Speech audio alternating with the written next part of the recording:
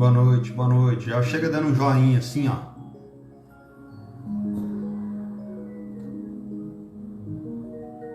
Legal. Lorena.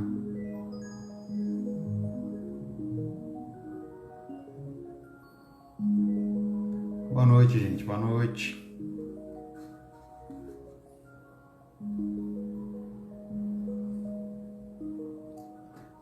Olá, olá. Boa noite, Elisandra. Boa noite, Márcia.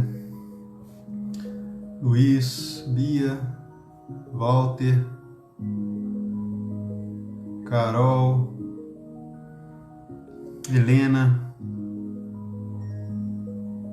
Boa noite, boa noite, boa noite. Grande satisfação, mas aqui no mais uma quarta-feira, né? A gente juntos. Lives de perguntas e respostas. Sempre trazendo aí a energia do grupo que se forma, né? Pra gente poder desenvolver o assunto hoje. Com certeza vão ter muitas perguntas que vão fazer sentido aí para todos que estão aqui. Se vocês puderem me dizer também se a altura do som tá atrapalhando, tá bom? Atrapalha vocês me ouvirem? Se alguém puder me dizer aí, eu agradeço, tá? Porque aí eu regulo aqui e até desligo, se for o caso. Se alguém puder dizer aí pra mim, tá?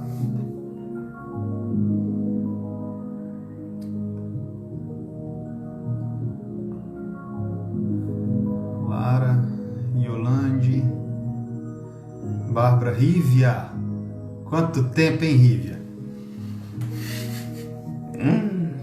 Ah, show de bola, galera. Ótimo. E aí, minha querida Rívia? Tudo bem? Saudade de você e do Brasil. O som tá ótimo. Ah, então beleza. Show de bola.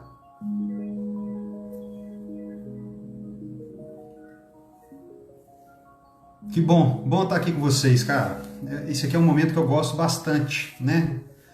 De dividir, de conversar, de também ter a oportunidade de aprender com cada questão que vocês trazem aqui. Também tudo isso é um aprendizado para mim, revela em mim também coisas que muitas vezes a gente com o tempo não faz parte tanto do nosso cotidiano, né? Mas o conhecimento ele permanece, né? Por isso que é tão importante a gente trabalhar, né? A gente estudar, a gente ler, a gente se comprometer com um grupo, a gente se comprometer com autoconhecimento, porque tudo aquilo que a gente adquire não some nunca, né? Essas coisas permanecem conosco para a eternidade e num lugar até a gente pode até esquecer, mas o corpo está ali, mantém isso, lembra e compartilha isso com as pessoas também. Então o autoconhecimento ele transforma o nosso interior e necessariamente o nosso exterior também se transforma com isso, as pessoas à nossa volta se beneficiam. Se vocês estão aqui nesse caminho, já devem ter ouvido falar algumas vezes aí das pessoas chegarem, nossa, você está diferente, nossa, você está mudando, né? E isso é normal, isso é o ideal, né? Quando a gente começa a receber esse tipo de feedback, a gente vai percebendo que algo em nós também vai mudando, vai encontrando alguns lugares, né? E quanto é importante para a mente humana perceber, né, algumas coisas, descobrir, né? A gente tem dentro da gente esse comichão interno de querer descobrir as coisas, de querer aprender, de querer saber, e isso que movimenta a humanidade para o mais, né? Que leva a gente adiante. Então, cada geração que chega nessa terra, ela de alguma forma ela aperfeiçoa aquilo que aqueles que já vieram antes de nós também deixaram para a gente. E pouco a pouco a gente vai dando mais um passo, mais outro passo, e na expectativa de entregar um lugar melhor para aqueles que vêm depois, né? Então esse é o maior objetivo, assim, que eu enxergo para nós, é esse. A gente recebe e passa isso adiante, né? Tem uma professora que diz que através dos nossos passos nessa terra é que a gente faz a nossa história. Então, se cada um de nós deixar o lugar por onde passa um pouco melhor, a gente já avança demais essa humanidade. Então, seja nos relacionamentos que a gente tenha, seja nos negócios que a gente faça, né? Porque esse conhecimento ele pode ser aplicado também nos negócios, na vida profissional. Então, cada vez que a gente consegue aplicar isso com intenção de compartilhar de uma forma saudável, a gente melhora o nosso ambiente, a gente compartilha e faz o todo também, né? Com o nosso exemplo a gente transforma muito. Então sejam todos muito bem-vindos, uma honra ter vocês aqui comigo e estou à disposição de vocês para que vocês tragam aí as perguntas para a gente poder compartilhar esse conhecimento que transforma, né? O Bert Hellinger, ele trouxe isso para nós, ele nos ensina, não só durante a sua vida, ele permanece nos ensinando, né? A cada frase que a gente lê dele, a cada livro que a gente se compromete também a fazer a leitura, a cada trabalho que a gente executa através das constelações, muito se revela, né? Muito se revela tanto das nossas dificuldades, mas também muito se revela do amor que está contido em todos nós, nos movimentos humanos, nas pessoas. Como a gente muitas vezes deixa oculto o amor ali, ele acaba se manifestando sem a nossa permissão, muitas vezes, né? Ele vem de uma forma inconsciente e ele se mostra ali. Então, estou aqui para trazer um pouco da luz das constelações. Então, se vocês que estão chegando aí tiverem alguma questão que queiram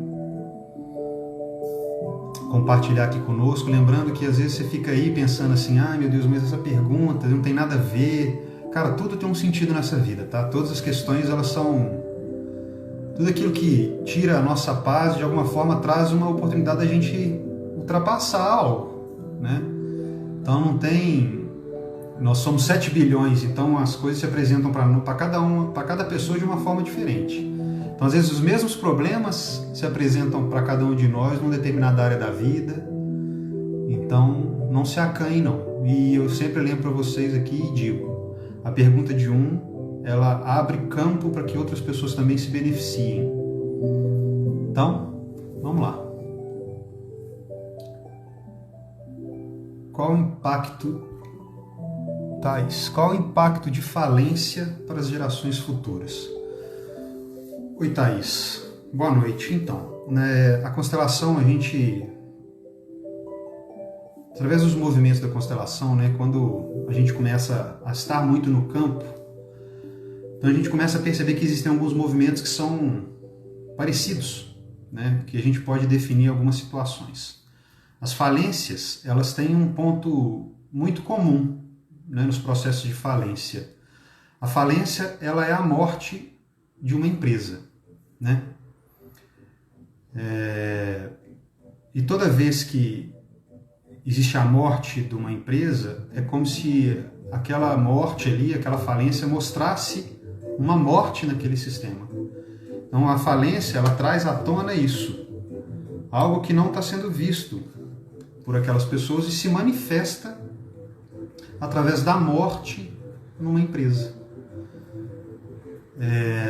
Então, assim, você faz uma pergunta sobre o impacto nas gerações futuras, mas quando a gente olha comercialmente falando, assim, as pessoas falam, quem sofre a falência que na verdade tem o grande impacto dela, né? Tipo, porque o dinheiro ali era daquela pessoa. Se a gente passa as gerações pensando que meu avô perdeu tudo, por isso que a gente passa dificuldade, essa pessoa ainda está querendo mais desse avô do que a vida que chegou até ele. Então isso a gente não entra nesse tipo de meandro, de fala, não, porque isso não leva ninguém para frente. Então o que eu estou olhando aqui para você agora e falando um pouco é sobre essa questão que as empresas, quando morrem, elas mostram a morte de alguém no sistema, alguma morte no sistema que não está sendo vista, que está excluído. Então é muito importante que as pessoas que abrem empresas, fecham, abrem, fecham, abrem, fecham, muitas vezes essas pessoas se colocam nesse lugar para estar a serviço do campo, para dar um lugar a essas pessoas que morrem, né? Então ali também fica uma questão de tentar manter aquilo, manter a vida. Então tem que perceber aí, ver, muitas vezes isso é preciso que se abra um campo de uma constelação para a gente ver para onde essas pessoas estão olhando, para a morte de quem que elas estão olhando, tá bom? Muito obrigado pela sua pergunta aí, que abriu brilhantemente nosso dia de perguntas aqui. Gaguejar é visto como na constelação? Olha, os distúrbios de fala, eles geralmente estão associados a um segredo de família. Isso é comum, né? A gente enxergar isso, ver isso acontecendo dentro das constelações. Os segredos, eles guardam uma exclusão, né? Então, por que as pessoas deixam de... Muitas vezes a gente deixa de expressar aquilo que sente, ou uma história que aconteceu, mas é moralmente mal vista na sociedade. Então, a tendência é que as pessoas tenham uma dinâmica de manter isso em sigilo, porque acham que isso vai denegrir a imagem da família, ou o que as pessoas vão pensar sobre isso. Só que geralmente está associado a uma pessoa, né? E quando a gente para de falar sobre essa pessoa, quando a gente exclui determinada coisa, ou um fato muito forte, né, que gerou que teve um impacto muito grande na história dessa família, então a gente tem vergonha disso. Então as gerações seguintes, elas percebem que no campo existe algo que está fora, que está à margem, que é visto como algo que não deveria existir. E aí que a gente sabe, aqui eu falo com vocês, o sistema não admite nenhum tipo de exclusão. Então ele traz essa exclusão à tona. Então os problemas da fala geralmente demonstram esse algo que não está sendo expressado da forma como deveria, ou que ficou guardado durante muito tempo ali. Tá? Então isso, de uma forma geral, os distúrbios de fala têm uma conexão com segredos na família. Certo? Thaís aqui. Meus avós foram à falência. Ô, gente, rapidinho, deixa eu só, para quem chegar, deixa eu deixar aqui. Perguntas e respostas. Deixa eu botar aqui só para a galera que chega saber do que a gente está falando, né? Então vamos lá. A Thaís complementando, né? A questão da falência. Meu tio tem toque, tem relação? Ô, Thaís, aí eu não posso te afirmar isso. Pode ter uma relação, mas pode não ser necessariamente a questão da falência, não, tá? Pode ser outra questão. Então, no caso, deveria-se buscar essa compreensão através da visão no campo. Não necessariamente você, porque você vai... eu quero saber por que meu tio tem toque. Muitas vezes o campo nem abre, e também isso é uma desvirtuação na ordem hierárquica, né? Seu tio vem antes de você, você não carrega e não está aqui para dar uma solução à vida dele. Isso é muito importante a gente ter em mente, tá bom? Vamos lá. Quem mais? Perguntas. Tatiane. A profissão está ligado em que na nossa vida?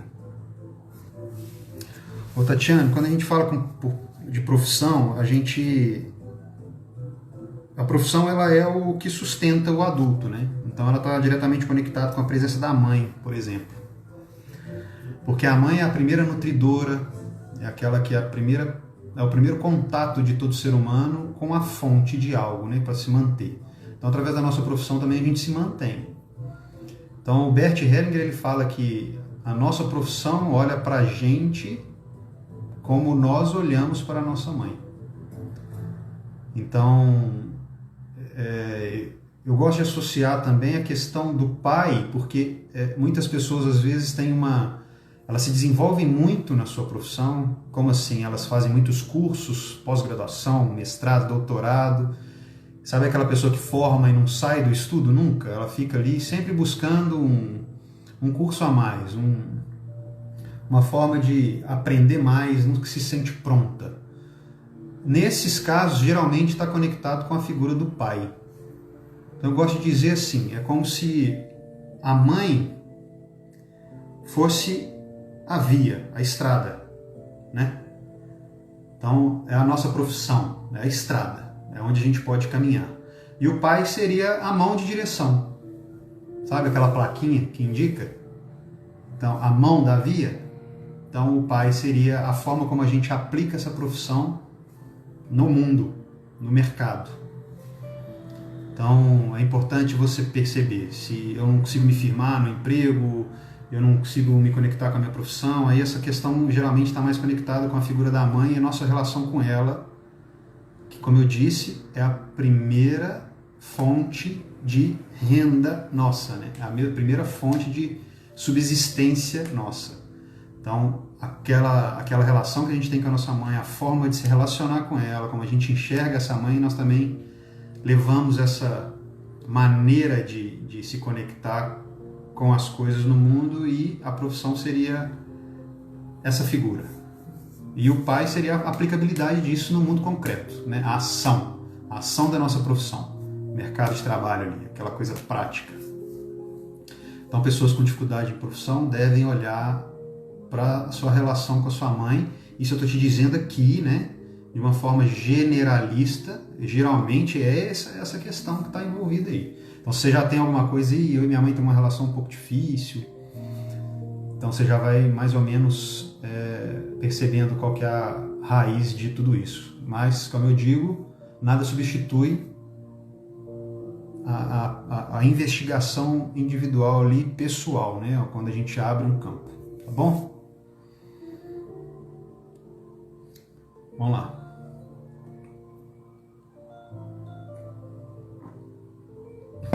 Edu, o autoconhecimento é solitário? Depois que comecei a buscar o pensamento sistêmico, percebo que muita gente tem ficado para trás. Eu acolho e sigo, mas sinto desconforto e medo. Então você tem que avaliar, Walter, se você está usando esse conhecimento para se desconectar das pessoas. Talvez possa existir aí uma sensação de que com esse conhecimento você acaba sabendo mais do que os outros. E aí você se coloca como alguém superior a eles. E aí quando a gente se coloca nessa posição, geralmente o que é que acontece é a gente ter as pessoas longe de nós, e naturalmente quando a gente está sozinho no mundo, a sensação que vai ter é de vulnerabilidade e medo mesmo, que a gente não compartilha. Então, o autoconhecimento ele não está aqui para servir como uma base de julgamento para as outras pessoas. Ah, tá fazendo errado, tá fazendo isso, porque isso é normal, tá? A gente passa por isso aí. Porque a gente aprende muitas coisas, a gente começa a aplicar esse conhecimento no outro ali, tal. Isso é muito normal, comum. Isso aconteceu comigo no início lá também, de se perder um pouco nessa história, normal. E aí com o tempo a gente vai retomando o eixo, né? A gente vai percebendo que a sabedoria está na forma como a gente aplica o conhecimento. Então tem que ser sábio, né? Não pode você simplesmente pegar esse conhecimento e fazer com que esse conhecimento ele distancie você das pessoas. É o contrário disso, é a gente utilizar o outro conhecimento para a gente se aproximar. A gente cria pontes, né? A gente não cria valas e espaço entre nós e as pessoas, não. O autoconhecimento nos permite olhar para as pessoas de uma forma mais empática. Então, perceba se não existe em você esse descolamento de essa pessoa não está sabendo o que fazer, as pessoas são muito assim assada, não sei o que e tal. Porque de forma nenhuma um conhecimento desse pode fazer com que as pessoas se separem ou se isolem. Pelo contrário, isso é para a gente poder aprender a se relacionar em ordem. Tá bom? Vamos lá. Não esquece de dar o joinha, como é que é o coraçãozinho aqui para mim não, hein? Vocês me ajudam muito com esse coraçãozinho aqui, porque aí mais pessoas recebem a live, mais pessoas vêm aqui. Deixa eu ver que negócio que é esse aí, que tem uma amiga minha falando aqui, dando like nesse negócio aqui. Então, coloca o dedo aqui. Inclusive, isso aqui é uma forma de eu saber como é que vocês estão aí, tá bom? Se está chegando para vocês aí informação e tudo mais. Vamos lá. Rosana, sou muito desconfiada em meus relacionamentos e muitas vezes sempre estou certa, mas não me sinto segura em uma relação onde não consigo confiar no outro. Onde devo olhar?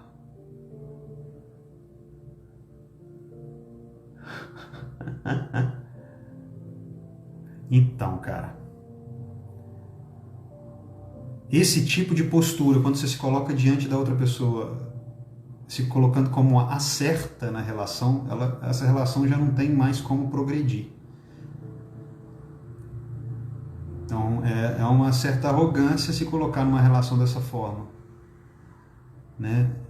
E que você, olha como é que você diz aqui, né? Eu, em meus relacionamentos, e muitas vezes sempre estou certa.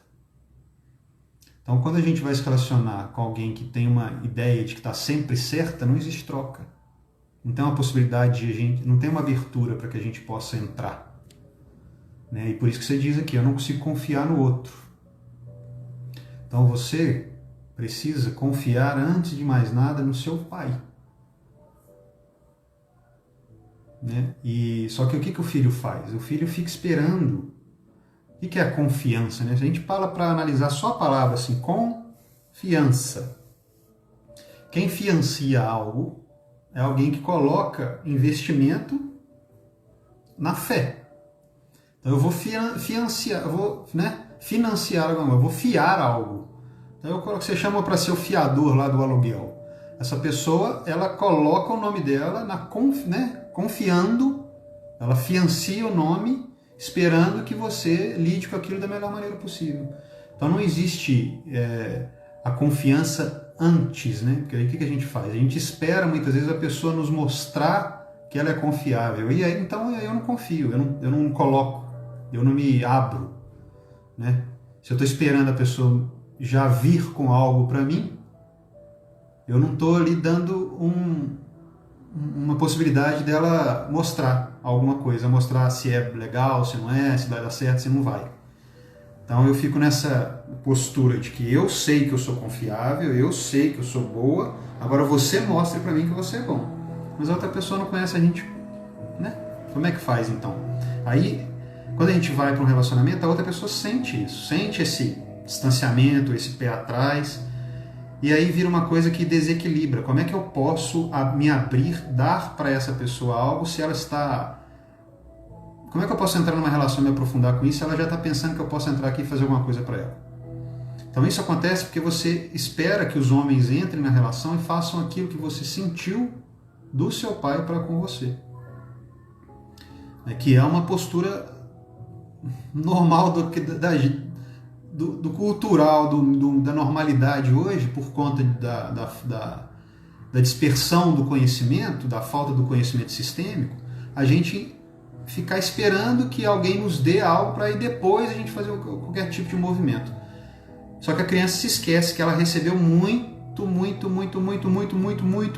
coisa antes mesmo de poder fazer qualquer outra coisa. Então, quem deu um voto de confiança para nós, na verdade, foi os nossos pais. Né? Eu vou te trazer para o mundo aqui, nem sei o que você vai ser não, mas vou te trazer para cá para a gente ver o que dá. Só que a pessoa chega aqui e ela acha que ela ainda tem o direito de cobrar deles algo. É aquilo que eu falei na live passada, né? A gente está muito distante, precisa recobrar isso na consciência. A sacralidade da vida. O que é estar vivo? O que é a vida? Se você vai no hospital, lá no leito de morte das pessoas, lá você vai ver qual que é o valor de uma vida. Você vai estar ali trabalhando só com pessoas que estão, de alguma forma, lutando para manter algo que não tem valor, não tem dinheiro que pague, nem nada disso. E a gente às vezes se desconecta disso, porque a gente tem tantas coisas, a gente tem aquele ditado, você só vai dar valor depois que você perde, né? Então o ser humano tem essa inversão. A gente não está acostumado a agradecer as coisas, né? A gente está acostumado a pedir, depois a gente vê o que a gente faz. Isso é normal. O último texto que eu postei no meu feed lá, quem reclama não cresce. Leiam, é muito importante a leitura daquele texto ali. Muito importante. Vocês vão entender que é esse movimento, que a gente precisa inverter isso mesmo, pouco a pouco, reconhecendo que realmente eu espero, eu não... Como é que será? Como é que se uma pessoa chega para se relacionar comigo, eu vou fazer um contrato com alguém e o cara chega já achando que eu vou fazer alguma coisa de mal para ele? Como é que esse contrato pode ter sucesso? Não vai ter nunca. As pessoas que ficam numa postura de segurança, de estar, né, aquela coisa assim, elas acabam sozinhas. Porque elas não se abrem. E para a gente ser afetado no coração, a gente tem que se abrir. Para a gente se aprofundar, necessariamente a gente tem que estar aberto para poder se relacionar. E a relação num casal nós dois vamos fazer o mesmo investimento aqui. Se você está me pedindo um investimento em confiança, em demonstração de confiança e tudo mais, se você quer de mim isso, aquilo, aquilo outro, se você quer de mim a troca equilibrada, por favor, venha também entendendo que nós somos iguais e que aqui nós vamos trocar de forma igualitária. Vamos lá. Valeu demais. Vamos continuar.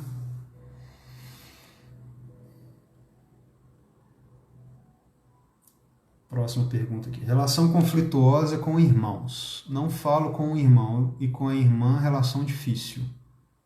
Como ter um sistema saudável? Cara, a gente precisa... Esse tipo de pergunta aqui fica uma coisa vaga, né? Porque eu não sei qual que é a sua posição dentro desse sistema. Eu não sei se você se coloca como superior a esses irmãos, achando que sabe mais do que eles. Tem uma postura diante deles, uma postura de cobrança, como se fosse uma mãe, como se pudesse também invadir o espaço da relação que eles constroem com os próprios pais. Às vezes você olhar para o irmão e falar assim, isso que você está fazendo errado, olha lá, é um perdido na vida, você não devia estar fazendo isso. Esse tipo de postura não é uma postura que o irmão deve ter em relação ao outro, né? Os irmãos ali, eles trocam. Muitas vezes essas brigas de irmãos, elas estão muito conectadas com um desrespeito com a posição do outro dentro do sistema. Então, é o irmão mais novo achando que é mais velho, é o irmão mais velho achando que é pai, e assim sucessivamente essas coisas vão se desorganizando. Então, como é que é? Não é só para uma relação de irmão, não. Como é que a gente pode contribuir para que o nosso sistema esteja em ordem? Acho que essa é o grande propósito de todos nós. Primeiro, a gente compreender qual que é a nossa posição dentro dessa família. Qual que é a minha função dentro dessa família? Eu sou o primeiro irmão, sou o segundo, sou o terceiro, sou o quarto, sou o quinto, sou o pai, sou o filho, sou o neto, sou o tio. Então, quando eu não estou no meu lugar, quando eu, de alguma forma, me desloco, né? E geralmente a gente faz isso por amor, porque olha o pai sofrer, quer lá ajudar o pai, a gente se desloca, achando que isso vai ser um benefício para o sistema, mas a gente, na verdade, está contribuindo para a desordem dele. Então, o melhor que você pode fazer para o seu sistema é se manter no seu lugar, na sua função. Olhar com respeito para as pessoas, olhar com respeito para cada posição, para cada função, né, que é importante ali dentro daquele sistema. Você imagina dentro de uma empresa, por exemplo, o cara que trabalha com marketing da empresa começar a querer dar pitaco lá no chão de fábrica, na produção. Então, aí o cara do chão de fábrica vem e quer ele fazer a contabilidade da empresa. Aí o financeiro quer fazer a montagem dos equipamentos. Essa empresa vai estar completamente destruída. Não, mas eu quero ir porque eu quero ajudar. Aí fica aquela coisa de que atrapalha, sabe? O cara não tem especialização naquilo, não é a função dele fazer aquilo. Ele saindo lá da contabilidade para ir lá para a fábrica apertar parafuso, a contabilidade vai estar sem alguém que precisa estar lá fazendo aquilo. Então a gente tem que entender que muitas vezes a gente tem uma busca a gente, na verdade, fica querendo confete, sabe? A gente fica buscando algum tipo de atestado de que a gente é bom e que a gente é legal, e a gente começa a querer fazer um monte de coisa pelo outro, e não que eu preciso fazer isso aqui, e aí a gente ultrapassa os limites. E toda vez que a gente invade o limite de alguém, a gente provoca nessa pessoa uma reação, cara. A pessoa, pô, sai fora, respeita meu limite aqui, sai fora. Isso também acontece com você, pô. Quando alguém vem aí e te dá uma cutucada, às vezes você nem percebe, mas vai chegar daqui a 2 dias, você tá puto, nem sabe o que aconteceu. Isso é uma coisa muito comum, as pessoas não se questionam, por que eu tô puto? Do nada, eu fico puto do nada. Não existe ficar puto do nada. É porque você não está prestando atenção nas coisas que você está fazendo. Em algum lugar, em alguma relação, você saiu do seu lugar. Você foi xeretar o lugar do outro lá, foi farejar o lugar do outro. Foi lá mijar no território do outro. Aí o que o outro faz? Vai rosnar, vai latir. Então, geralmente, o problema nas relações dos irmãos estão nisso aí. Um invade o espaço do outro, acha que pode mandar no outro, acha que o outro tem que respeitar ele. Ele não deveria falar assim com a minha mãe, não deveria fazer isso. Meus pais não deveriam fazer assim com esse menino, estão mimando esse menino. Então você sai do seu lugar e aí o trem atrapalha tudo.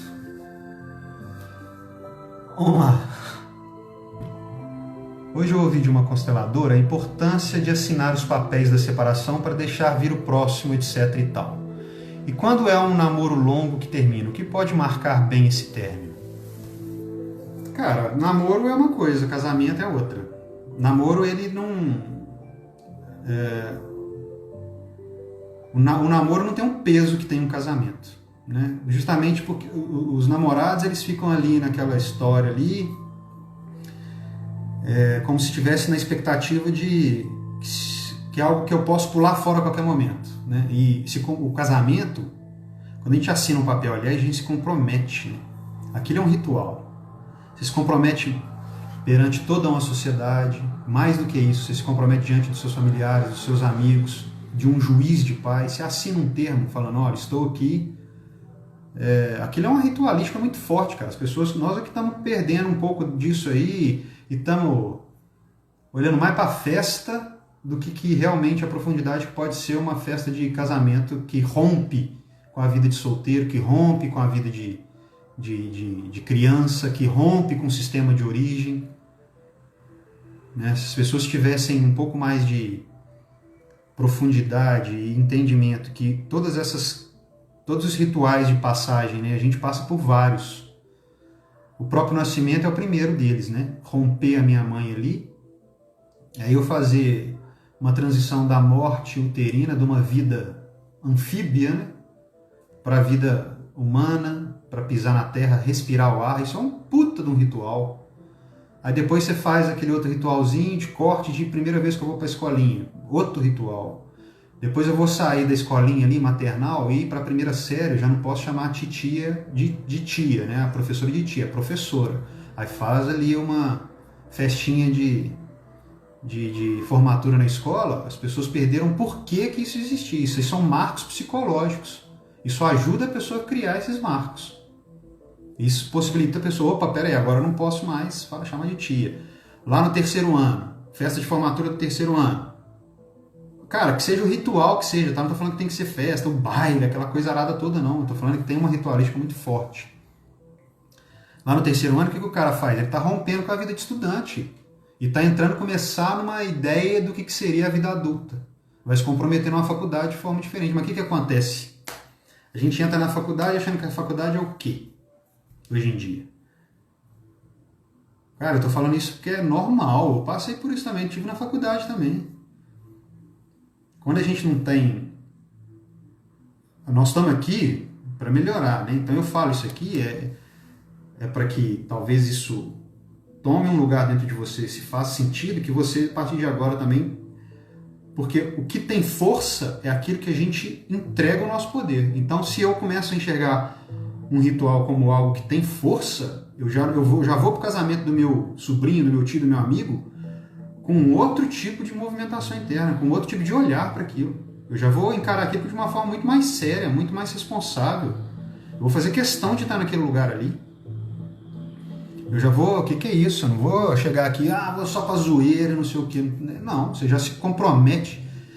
E tudo na vida é postura. Como é que você se coloca diante das coisas?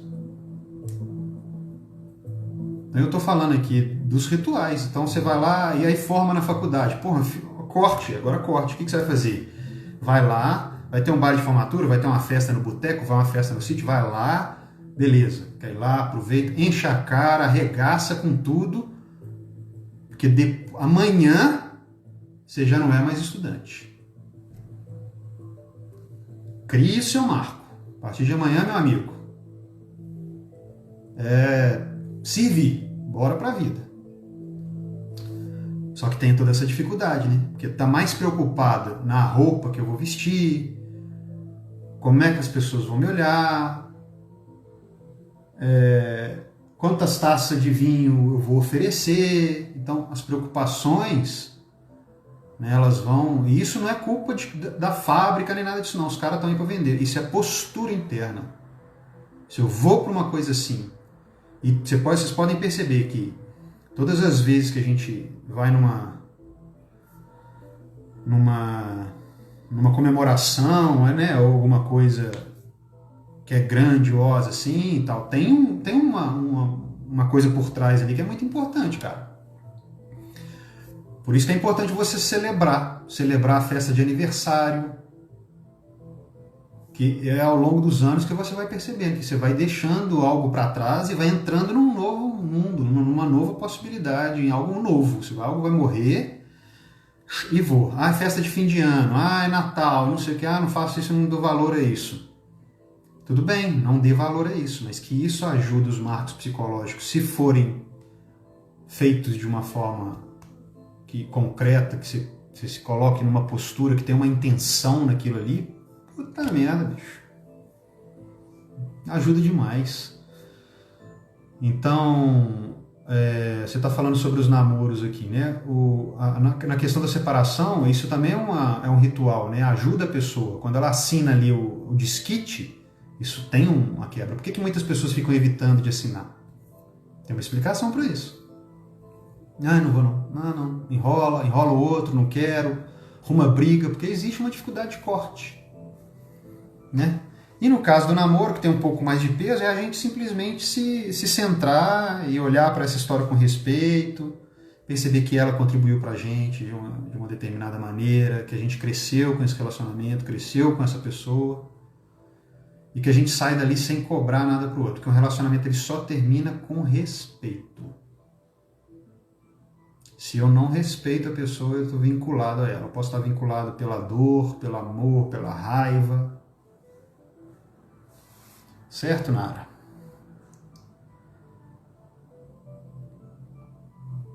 E se soltar desse relacionamento, você pergunta, né? Então é isso, é isso.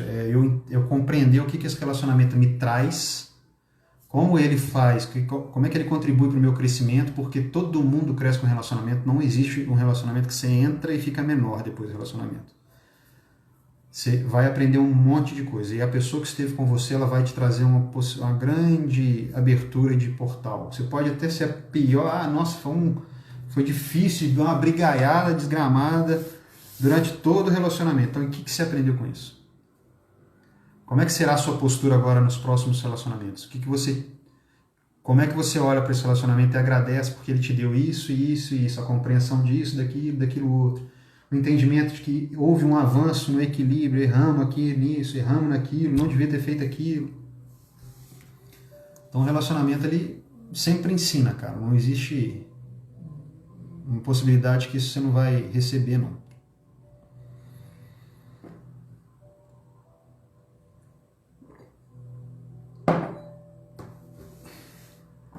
Casal, vamos lá, Lisa. Casal que está junto, morando junto, porém ele não tem libido. Estão juntos, porém não tem um relacionamento sexual porque ele não tem libido. Que pode estar ligado emocionalmente com ele. Aí no caso não é só ele não, tá? É os dois.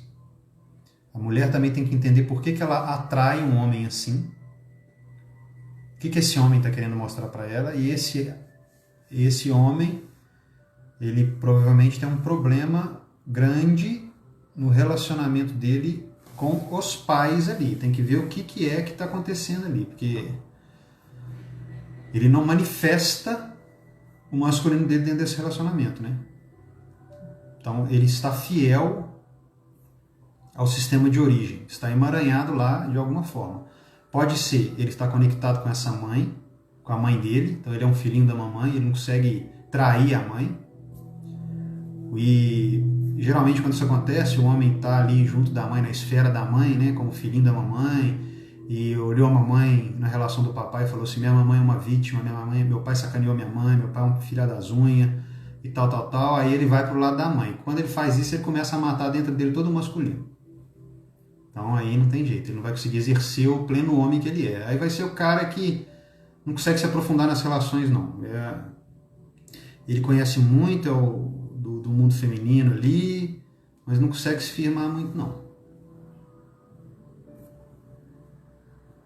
Então tem que olhar os dois. A mulher não é vítima desse homem. Ela, de alguma forma, também tem alguma coisa que ela precisa olhar nesse relacionamento, do porquê que ela se relaciona com um homem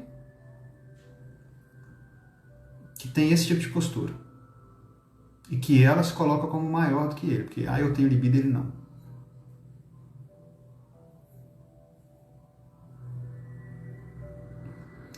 Érica, tenho muitas dúvidas com relação a que área devo seguir. Iniciei uma faculdade na área de saúde, tranquei, depois comecei contabilidade e também parei. O que deveria trabalhar dentro das constelações? Ô Érica, eu vou falar para você depois, isso vai ficar gravado essa nossa live, e eu gostaria que você retornasse, que eu já falei sobre esse assunto numa outra questão aqui de cima, tá? Tem a ver com a relação sua com os seus pais, tá? É importante que você olhe para essa relação aí, e do jeito que você fala, me parece que você fica ali oscilando, não sabendo quem que você quer amar ali. Mas isso é algo mais profundo, né? Depois você volta, logo no início da live lá, eu já respondi uma questão muito parecida com a sua.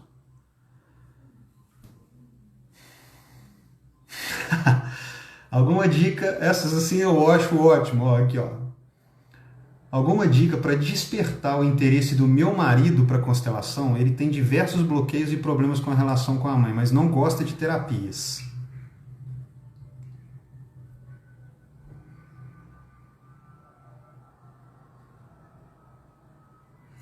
Olha, a única coisa que você pode fazer é, cara, existe esse negócio aqui, ó. Vê aí se te interessar. E aí você deixa para ele. Porque senão, se você quer que ele faça isso, quer que ele faça aquilo, qual que é a postura que você está tomando diante desse homem?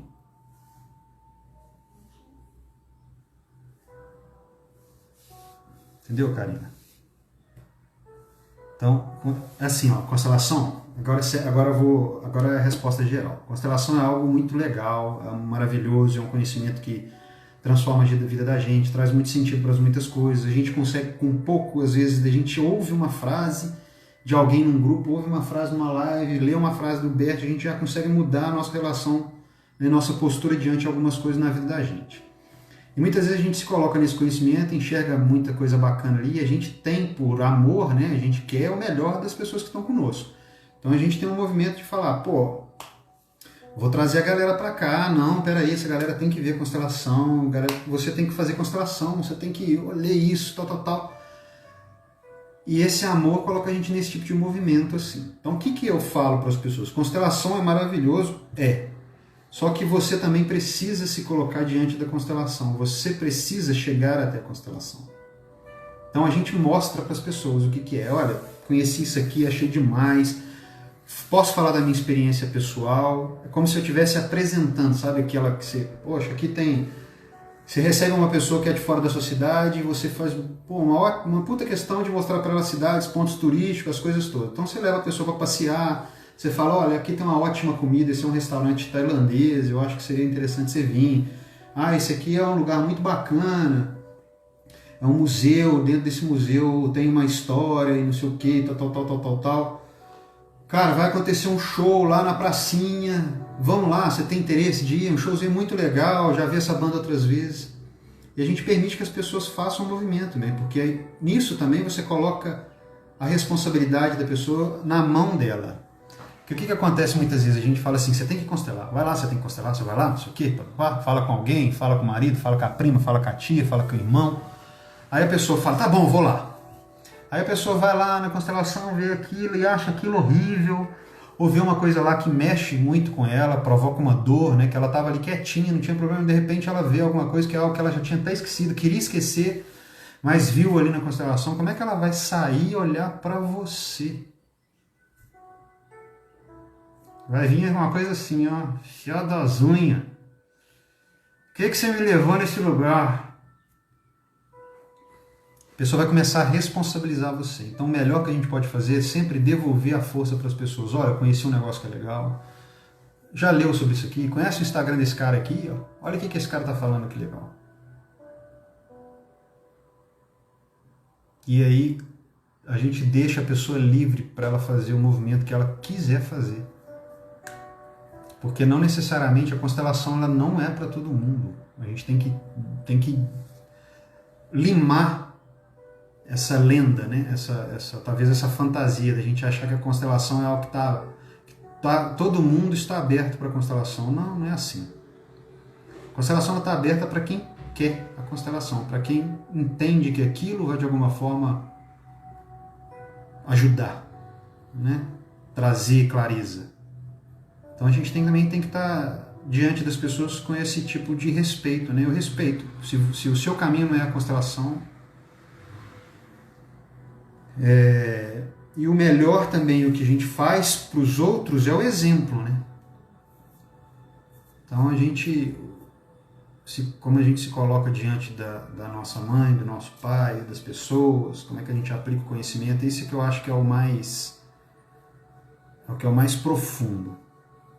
Então a gente apresenta porque a gente ama as pessoas e quer o melhor para elas. Então olha só, descobrir esse negócio aqui é muito maravilhoso. Veja se isso também serve para você. Show? Continuando aqui. Opa! Vamos lá, galera, mais 15 minutinhos, hein?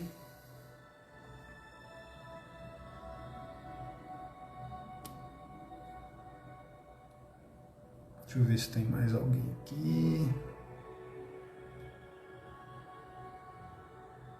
Ritos de passagem, a Vitória tá falando. Vitória, importantíssimos ritos, cara. Banalizados, né? Banalizados aí ao longo do tempo. E quando a gente também se coloca diante de um ritual de forma pouco...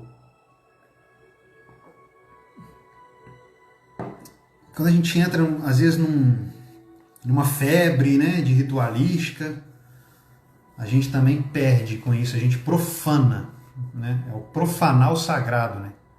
Então a gente tem que ter muita... Então todo ritual ele tem uma certa liturgia, né? Uma necessidade da gente se conectar com aquilo, a gente olhar com isso de forma responsável, aquilo que eu falei da postura. Senão a gente profana aquilo que é sagrado para nós. E quando a gente entra nisso, cara, quando a gente começa a descuidar da nossa própria vida, quando a gente faz as coisas sem nenhum tipo de responsabilidade, você está profanando a sua própria vida, você está se desconectando daquilo que você é de verdade, que é a sacralidade da vida humana, a sacralidade da vida, cara. Você é um ser inserido no meio de uma sociedade, no meio de uma natureza, que está aqui te entregando, porra, demais o tempo todo, investindo em você o tempo todo. Não tem um sócio mais violento do que...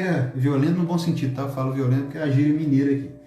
Não tem um sócio mais maravilhoso do que a vida. Está investindo na gente o tempo todo, o tempo inteiro. É luz, é água, é alimento, é energia, é possibilidade, é natureza, é beleza.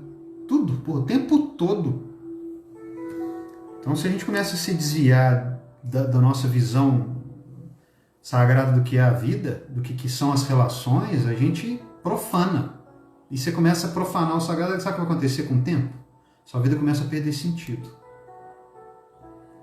Ah, não vejo sentido em fazer o ritual. Ah, não é por quê? Toda vez que você ia para um ritual, você zoava com aquilo, levava aquilo achando que era uma brincadeira, não se engajava com a coisa, sempre na brincadeira, sempre na desordem. Então, é o respeito por si, cara, respeito por você mesmo. Quando você se coloca, olha aqui, você está aqui numa quarta-feira, são 10 para as 10 da noite. Se você também não... o que você está fazendo aqui se você está aqui querendo ouvir algo? Qual que é a postura, né? Tem muitas pessoas que, eu chego ali, vou ali para falar mal dele, eu vou ali para ver o que ele está fazendo, eu vou ali para ver o que é esse negócio de curiosidade e tal, você está profanando. Você está perdendo. Você não ganha me ouvindo. Você está achando que você está ganhando alguma coisa, você está perdendo, cara. Tempo é vida. Tempo é vida. Se você está gastando seu tempo com algo que não constrói, que não te entrega nada, que não te traz nada, você está perdendo vida. Você está perdendo tempo. Você está perdendo vida. A gente tem um reloginho de tempo. A vida tem um reloginho. A gente ainda não sabe qual que é o tempo de cada um, né? Mas é um reloginho que está lá, é um cronômetro regressivo. Na hora que a gente nasceu, clicado. Tá? É regressivo, cara. Então, né? É lógico que a gente vai ter momentos de brincar, de fazer as coisas. Isso é sagrado também. Mas a importância da gente também perceber como a gente tá, onde a gente está investindo o nosso tempo, né? Isso aí. Edu, minha mãe disse que uma pessoa que lê cartas disse a ela que eu tinha inveja dela. Isso me chocou muito, pois nunca tive inveja da minha mãe. Isso nunca saiu da minha cabeça. O que será?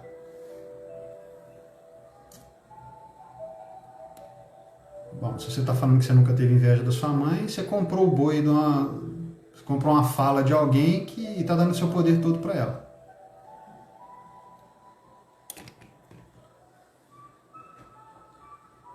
Entende que é isso? Que não existe uma pessoa poderosa, a gente pega nosso poder e entrega. Nossa, essa cartomante está mais certa do que o que eu sinto.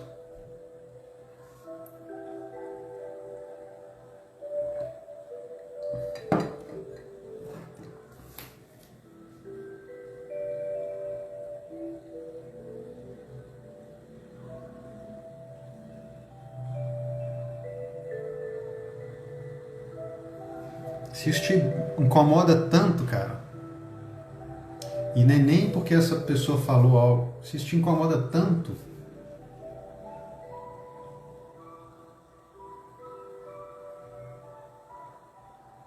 onde que será que você poderia sentir inveja da sua mãe? Né? Quando a gente fala isso assim, em relação de filha e mãe, a gente traz sempre o pai à tona, assim, né? Qual que é a relação que eu tenho? Meu pai é muito maravilhoso. Nossa, minha mãe, meu pai. Será que eu disputo meu pai com a minha mãe? Eu não sei da sua história, não sei do que aconteceu, então...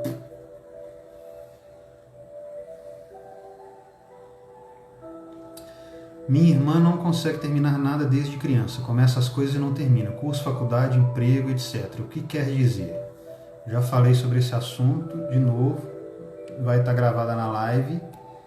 Mas galera, eu queria chamar uma atenção daqui do seguinte também. Sobre a questão do tempo. Se atente a trazer, cara, uma questão que vá fazer uma diferença para você. Quais são as suas questões? Porque senão você pega isso aqui, vai lá e fala assim, você está sendo isso, isso, isso e isso. Você tinha que fazer isso, isso, aquilo outro. Cadê essa pessoa que não está aqui? Não, mas eu quero ajudar. Cadê essa pessoa que não está aqui? Você chamou a pessoa? Você quer ajudar essa pessoa? Fala com ela, tá aqui, ó. Vai ter uma live quarta-feira, 9 horas da noite. Cadê as pessoas que você chamou? Você chamou alguém para essa live hoje? Essa live que você acha legal, porque tem aqui, ó, 30 pessoas, 25, 30, 33, 40, tem dia que dá 60, tem dia que dá 50. Mas eu sei que vocês estão aí comigo. Quantas pessoas você chamou para assistir essa live aqui? Você falou, cara, vem cá assistir essa live. Aí o que você faz? Eu vou lá escutar o Edu e vou lá para a pessoa e levar o conhecimento para ela lá e falar com ela para ela fazer isso, isso e aquilo outro. E você acha que você está ajudando, não, mas você está invadindo, você está desordenando, você está se colocando superior a essa pessoa. Quer fazer um bem para essa pessoa? Traz essa pessoa aqui para a live, manda ela vir ver, porque ela vai poder escolher se ela quer receber essa informação ou não. Se um dia essa pessoa virar para você e falar assim, cara, me ajuda, eu estou com um problema com a minha profissão, não consigo resolver. Fala assim, cara, sabe o que você faz? Eu ouvi dizer que profissão tem muita coisa em relação a pai e mãe, mas vai lá, assiste. Esse cara faz live todo dia, toda quarta-feira. 9 horas da noite ele está lá no Instagram. Vai lá.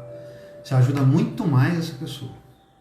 E em ordem, que é o mais importante. Você não se emaranha, você não se coloca num lugar de que essa pessoa vai, minha dúvida agora, eu vou atrás dessa pessoa. Tô com essa dúvida, eu vou atrás dessa pessoa. E por que a gente muitas vezes se coloca nesse lugar? Porque a gente quer ser importante para alguém, para aquela pessoa. Você vai ser importante, você é importante. No seu lugar, então, você é mais importante. Porque quando você está no seu lugar, você não impede essa pessoa de se relacionar com o pai dela, você não toma o lugar do pai dessa pessoa.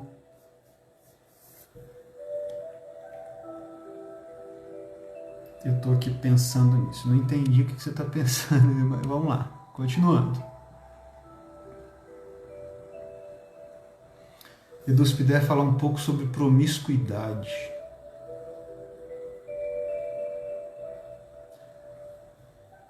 Promiscuidade. Pô, cara, tem tanta coisa assim, olha só, o que me vem de mais presente assim geralmente a pessoa que entra num relacionamento e passa para o outro, passa para o outro, passa para o outro, essa pessoa, primeiro, ela não consegue se aprofundar na relação. Então ela já mostra que ela quer permanecer numa certa superficialidade.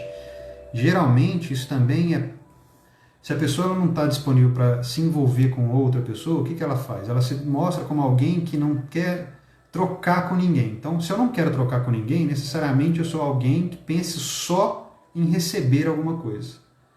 Então, as pessoas também que estão envolvidas com, por exemplo, com pornografia, elas estão ali esperando só receber, né? Elas não trocam, elas se satisfazem ali e não estão muito no movimento de doar, de trocar e de aprofundar nessa troca, de crescer. Então, são pessoas que estão ainda muito presas num ego infantil, né? Que estão ainda querendo ser servidas, querendo ser nutridas, querendo sentir prazer. Quero receber prazer. Vida me sirva, me dê prazer. Quero estar aqui. Aí eu vou aqui, não, cansei desse aqui, eu vou buscar prazer em outra pessoa. Não quero, vou buscar prazer em outra pessoa. Então são pessoas insaciáveis. O que isso quer dizer? Que olham para os pais também de forma que para eles não foi o suficiente que a vida deu. Nunca é suficiente. Aí eu vou ter que buscar algo para poder de alguma forma, preencher um vazio que eu sinto. Tá? Walter, é uma clareza, algo básico, rápido, que me vem mais aqui, tá? Mas aquilo que eu digo, pode ser outras coisas? Pode ser alguma repressão sexual na família, que é já algo sistêmico na família, que é algo que se repete, né? Como é que é o sexo visto dentro dessa família? Alguém que foi excluído, né? Talvez tenha uma prostituta nessa família, ou um garoto de programa, e que foi excluído por conta disso. Então alguém vem e mostra através das suas atitudes. Então, assim, é uma carrada de possibilidade, tá? Geralmente, estou falando de uma forma generalizada para trazer talvez lapsos de consciência para vocês aí. Minha irmã está aqui ouvindo isso. Ótimo, cadê ela? Fala com ela para entrar lá no Instagram dela e vir perguntar no Instagram dela. Show? Galera, olha, perfeito. Estamos chegando a 1 hora de live, né? Hoje a gente vai ficar nessa 1 hora. Que essas lives aqui, eu tenho percebido que é muita informação, né? E aí essas informações, elas precisam de assentar dentro da gente, tá? Hoje eu acho que foi o suficiente. Então a gente vai manter esse padrão aqui, né? De fazer essa live durante 1 hora aí. E também ela está disponível para depois, se vocês quiserem ouvir mais uma vez, tá bom? Eu agradeço demais a permanência de vocês comigo. Nós tivemos aí juntos aí durante 1 hora, falando sobre o assunto da constelação. Se por um acaso você ficou sem sua resposta, volta semana que vem, 9 horas, quarta-feira. Manda perguntinha na caixinha de perguntas e respostas lá. Vocês têm essa oportunidade, né, de ter essa questão. Então, agradeço vocês. Beijo para vocês, fiquem com Deus. Semana que vem a gente está de volta. E se você quiser aprofundar na sua questão especificamente, tem os atendimentos individuais aí. Estou lá aberto para vocês fazerem esse contato comigo. Beleza? Um grande abraço, boa semana para vocês. Tamo junto. Sirvam. Nós somos devedores, não se esqueçam disso. Nós somos devedores.